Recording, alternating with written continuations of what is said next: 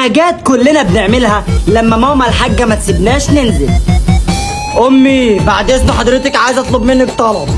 ماشي، بس مفيش فلوس ولا في نزول ولا في حد من صحابك يجي لي هنا، والراوتر هيتشال الساعة 12. شكرا، سلام عليكم. خد يا ولا هنا، مش بكلمك، قول لي كنت عاوز ايه؟ كنت عاوز انزل.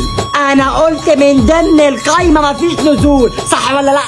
يا ست امال اقعد اعمل ايه؟ ذاكر يا موكوس، المذاكرة ما بتخلصش. اذاكر ايه؟ انا في اجازة يا حاجة. او صحابك استلموا الكتب وبدأوا فيها ودخلوا في الترم التاني وبدأوا دروس، انت اللي صايع، ابقى قابلني لو فلحت. طيب انا بقى هاخد الشبشب بتاعي واستخبى واقفل الباب وافتحه اكني نزلت بس.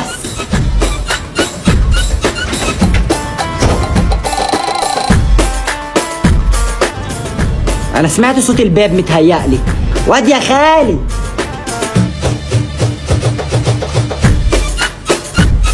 انت يا الواد شكله نزل، الشبشب مش موجود، الواد شكله نزل ولا وريني اخري.